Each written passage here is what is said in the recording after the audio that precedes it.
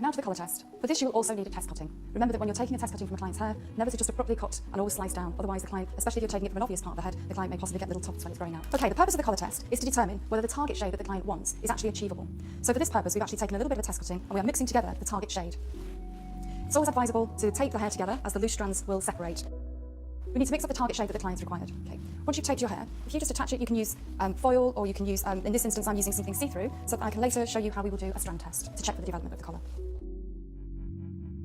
Apply an appropriate amount of colour onto the hair, ensuring that it's fully saturated. If it isn't, it could give you a slightly false reading and the client may be slightly disappointed with her results as a consequence.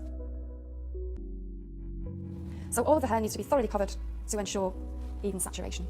Okay. Once that's applied,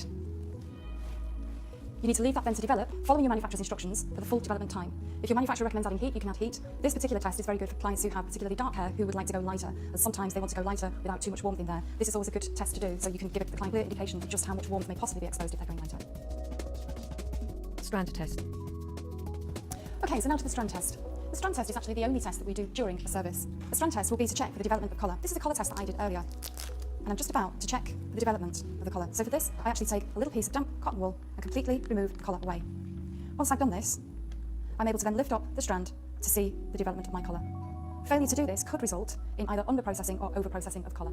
Always keep your eye on the time when you're doing colours. Always check your manufacturer's instructions for the correct development time.